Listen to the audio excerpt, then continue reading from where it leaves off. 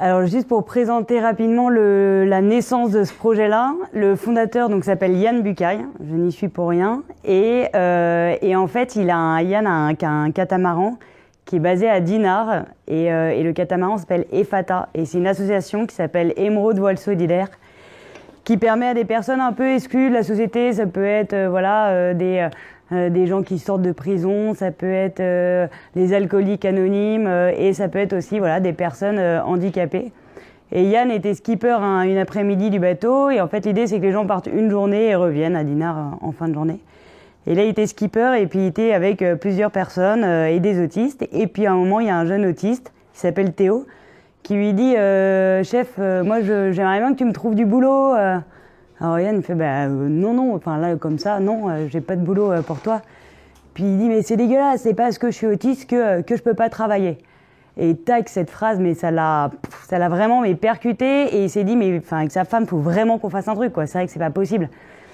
Et pendant 2 ans, ils ont réfléchi à plusieurs idées, plusieurs concepts, et ils ont monté les Cafés Joyeux. Donc Théo, on ne l'oublie pas, parce que mine de rien, notre logo s'appelle Théo, donc on parle de Théo tous les jours. Et grâce à lui, ce projet a pris jour. Et voilà, donc nous, on est la première structure à Rennes, on est très fiers. Et elle a été créée en décembre 2017, donc un peu plus d'1 an. Pour mon parcours un peu plus personnel, moi, j'ai pas été du tout dans la restauration. Encore moins dans le milieu de l'handicap. J'ai jamais été éducateur spécialisé ou autre. Je viens d'un master de gestion de patrimoine en banque privée. Donc, pendant 2 ans, j'ai été... Voilà, faut aimer tourner des pages rapidement comme ça. Mais voilà, j'ai été alternante. Donc voilà, pendant 2 ans, à Paris, en banque privée. Voilà. Et je suis partie 1 an en mission humanitaire au Chili. Et en revenant, clairement, je me voyais pas retourner en banque privée. Et du coup, voilà, je regardais un peu les associations, etc., jusqu'à rencontrer un cousin d'une fille avec qui je suis partie en mission, qui était sous l'eau parce qu'il montait un projet, les Cafés Joyeux, et que dans 1 mois, il ouvrait, qu'il y avait plein de trucs à faire. Et du coup, je lui ai dit, go, quoi. Encore avec mon esprit très missionnaire, j'étais hyper contente. Et vraiment, de trouver un sens à ma vie professionnelle, je trouvais que c'était super important. Et du coup, je suis arrivée en novembre dans le projet, et on a ouvert 1 mois après, en décembre. Et on a commencé avec une équipe, il y en était à peu près 9. Ouais, il y avait 9 équipiers qui étaient en stage. Et tous les équipiers, on les a recrutés en allant à la porte des IME, des ESAT, etc., à l'Arche avec Jean Vanier, en disant, on a un projet un peu de fifou, c'est qu'on veut faire une entreprise, parce qu'on est une SARL, qui travaille avec des personnes qui ont un handicap mental ou cognitif. Le concept, un style de coffee shop, ouvert 9h-18h, service en continu. Voilà, on verra comment ça prend, quoi. Est-ce que vous avez des profils? Donc on a rencontré pas mal de profils, de gens qui venaient avec soit leurs parents, soit leur éducateur, avec un petit CV, etc., lettre de motivation. Et c'était hyper sympa. Et ils sont venus, on en a pris 9. En stage dans les débuts pour justement connaître chacun, voilà, s'il était plus en cuisine, s'il était plus barista, s'il était plus en caisse, en service, etc. Savoir aussi s'il était content de travailler au Café Joyeux, sinon on était content d'eux.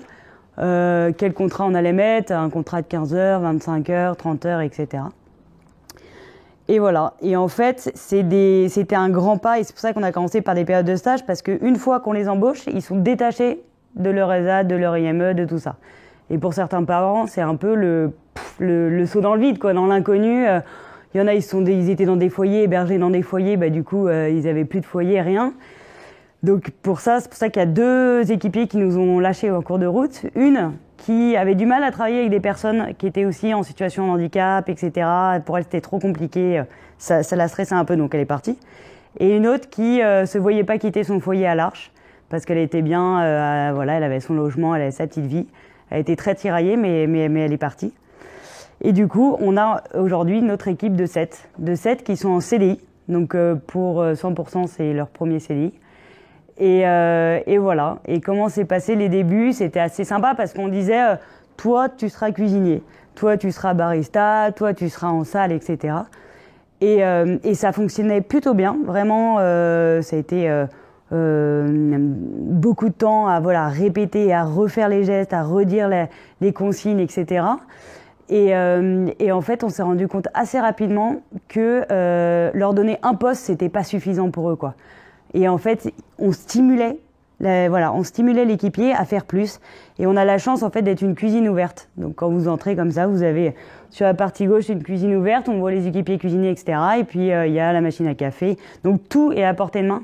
Et ce qui nous a permis, en fait, de développer la polyvalence. J'ai plein de choses à raconter, hein, mais malheureusement, c'est trop court en temps. Et par contre, je voulais vraiment prendre l'exemple d'Elisa.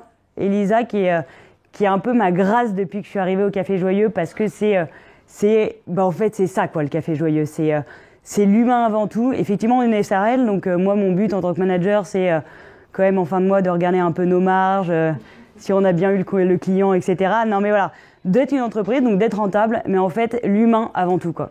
Donc, c'est d'abord l'humain, d'abord mes équipiers, d'abord, et après, on regarde un peu les résultats, etc. Et en fait, si l'humain est là, si l'ambiance est là, si la qualité de la production est là, etc. Donc si la formation de nos équipiers pour être des vrais baristas, essayer de faire des petits cœurs quand on vous sert des cappuccinos, faire voilà, vraiment de ce qu'on peut déjeuner aussi, des choses qualitatives, etc. Une ambiance hyper agréable, chaleureuse, conviviale, où quand vous rentrez, on vous dit bonjour, bienvenue au Café Joyeux, etc. Est-ce que vous passez un joyeux moment? Et ben en fait, ça fait revenir les gens et du coup, le projet marche. Et Elisa, c'est vraiment c'est la grande grâce. Elisa, donc elle est trisomique. Elle est venue avec Café Joyeux. On s'est dit, oula, ça va être dur, quoi. C'était vraiment. Et moi encore, dans mon esprit missionnaire, je me disais, mais attends, si on prend que des gens un peu simples, faciles, où tout roule, concept joyeux, c'est pas ça, quoi. Donc on l'embauche, on l'a embauchée. Et elle était en service, voilà, et on essayait vraiment de lui dire, allez, dis bonjour, bienvenue au Café Joyeux. Alors elle faisait Café Joyeux comme ça, et puis elle voulait pas tout dire. Bon, bah tant pis, on le prend comme elle est, etc. Et sauf qu'à un moment, Elisa faisait plus rien. Elle était plus là. Elle disait tout ce qu'elle savait faire, elle le faisait plus ou elle le faisait mal. Et j'ai tenté plein de choses avec Elisa, de lui remontrer plein de fois, voilà, qu'est-ce qu'on demande au Café Joyeux, qu'est-ce qu'il faut qu'on fasse. Je l'ai prise dans le bureau en mode sérieux, je l'ai prise en lui faisant des guillis, allez, on rigole, etc. Et jusqu'à un jour, on dire, bah, on va convoquer les parents et on va faire un truc un peu pro, un peu sérieux. Donc on a convoqué les parents, Elisa était là. Et j'ai dit, bah voilà, Elisa ne fait plus ce qu'on lui demande de faire et je sais qu'elle était capable de le faire, quoi. Et ça, on m'a dit, bah c'est simple, nous, elle nous dit toujours que ça va bien. Donc vous m'appelez les jours où ça va pas et puis comme ça, on rebriefe un peu par derrière. Et on a fait ça, elle a vu que, voilà, je prenais au sérieux la chose. Et Elisa commençait vraiment à aller mieux. C'était une communication qu'on avait bien trouvée avec les parents Elisa. Et aujourd'hui, Elisa, ça a été un grand bond parce que ensuite, je voyais qu'en service, elle était bien. Et je me suis dit, c'est marrant, c'est une des seules qui fait pas la polyvalence. Alors que tous les équipiers, on joue sur la polyvalence, mais elle, vu que j'avais pas confiance trop en elle, je la laissais juste en service, ouvrir la porte et voilà. Et je me suis dit, bah, on va faire la polyvalence avec elle. On a commencé à faire des cookies. Donc une cuisine retournée, où il y avait des cookies partout, etc. Mais c'est pas grave, on prend patience. Et aujourd'hui, elle le fait bien, seule. C'est un peu plus sale que certains autres équipiers, mais elle le fait, donc c'est le principal. Et récemment, ça c'était top, il y avait un après-midi où il n'y avait pas grand monde. Et Elisa traînaillait comme ça, elle s'adossait et tout. Et je dis, bah, viens par là. Je l'ai mise devant l'iPad. Et je lui ai dit, mets sur l'iPad que je veux un cappuccino. Puis en fait, je la vois. Puis en plus, il y a des petits logos, des petites formes, des petites couleurs, etc. Et elle clique sur le cappuccino. Je lui dis, bah, encaisse-moi, etc. Après, je l'ai un peu formé dessus. Puis elle se débrouillait quand même plutôt bien. C'était un peu pour rendre la monnaie, c'était plus compliqué. On rendait 50 € au lieu de rendre 50 centimes, mais voilà. Mais en tout cas, elle prenait bien les commandes. Ouais, dans ce sens-là, on n'aime pas trop. L'autre, on aime bien, mais là... Ouais. Et c'est marrant parce que le lendemain, ou 2 jours après, il y a Catherine Delante qui est cuisinière au Café Joyeux, que certains connaissent ici, parce que son mari est dans les locaux. Il y a Catherine qui arrive et je lui dis, bah, tu vas voir, à 13h, il y a une petite surprise qui t'attend, quoi. Et Elisa arrivait à 13h et je dis, Elisa, tu ne dis rien à Catherine, mais tu vas prendre la prochaine commande. Puis Elisa se met devant l'iPad et puis Catherine qui me dit, tu vas voir que maintenant elle va se mettre à prendre les commandes. Et donc moi je dis rien. Et puis il y a le premier convive qui arrive, parce qu'on ne parle pas de client, on parle de convive. premier convive qui arrive, et je dis, bah Elisa, tu nous prends la commande, comme ça, en mode petite blague. Et là, Elisa, bonjour, bienvenue au Café Joyeux, et puis elle prend la commande, et Catherine, comme ça, mais en mode hyper étonnée, quoi. Et donc j'ai pris une vidéo d'elle en train de prendre une commande, et je l'ai envoyée à toute l'équipe qui était là dans les débuts, dont le fondateur du projet, etc., qui connaissent tous bien Elisa, et qui n'ont pas vu en fait toutes ces étapes des cookies avec cuisine renversée, tout ça, et qui voient juste Elisa en fait devant l'iPad en train de prendre une commande, et en fait ça a été hyper émouvant pour tout le monde, et hyper motivant en fait, parce que tout n'est pas rose, effectivement, hein, il nous arrive d'avoir des boulettes, le jour de la trisomie 21, dégâts des eaux comme ça dans le Café Joyeux, donc j'étais voilà, donc il nous arrive pas mal de petits soucis comme ça. Mais en fait, ça, c'est Elisa, c'est notre réussite, et c'est la réussite. Alors pas à moi, pas à Théo qui a monté ça, mais en fait c'est l'agrégat de tout, quoi. Elisa, le fait qu'elle soit mise en valeur au sein des cafés, parce que le Café Joyeux est quand même dans une rue hyper passante, en plein centre-ville, etc.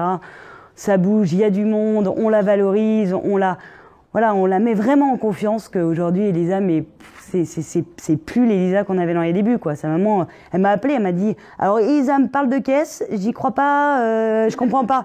Je dis, venez au Café Joyeux, et puis forcément, c'était des larmes de joie de voir ce bond, quoi, ce bond en avant. Donc je me dis, Yumi, il est franchement, il a sa place au Café Joyeux, et parce qu'il y a plein de choses à faire, quoi.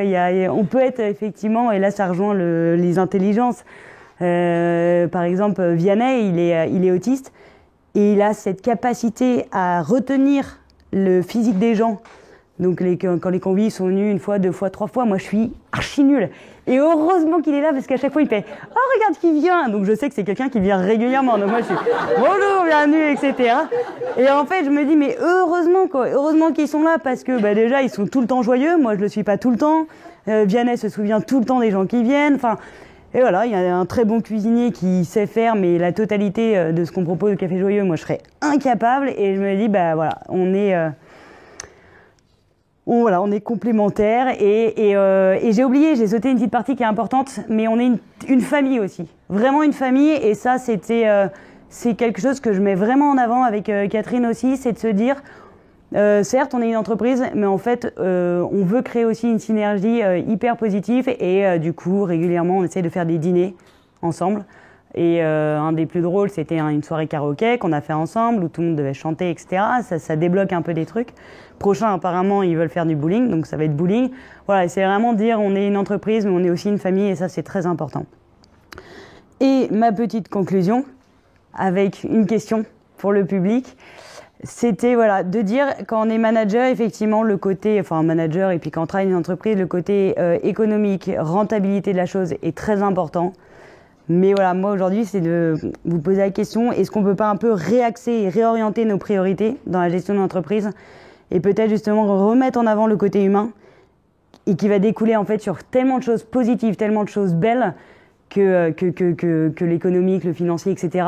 découlera forcément, quoi. Et puis quand je vois ici, je connaissais pas du tout ce concept d'entreprise qui se mélange, qui essaie de créer de la synergie, on est en plein dedans, quoi. Et je me dis, c'est trop bien, quoi. Créons des choses comme ça où l'humain est en premier, et puis après tout découle de choses positives autour de nous. Voilà. Merci pour votre écoute.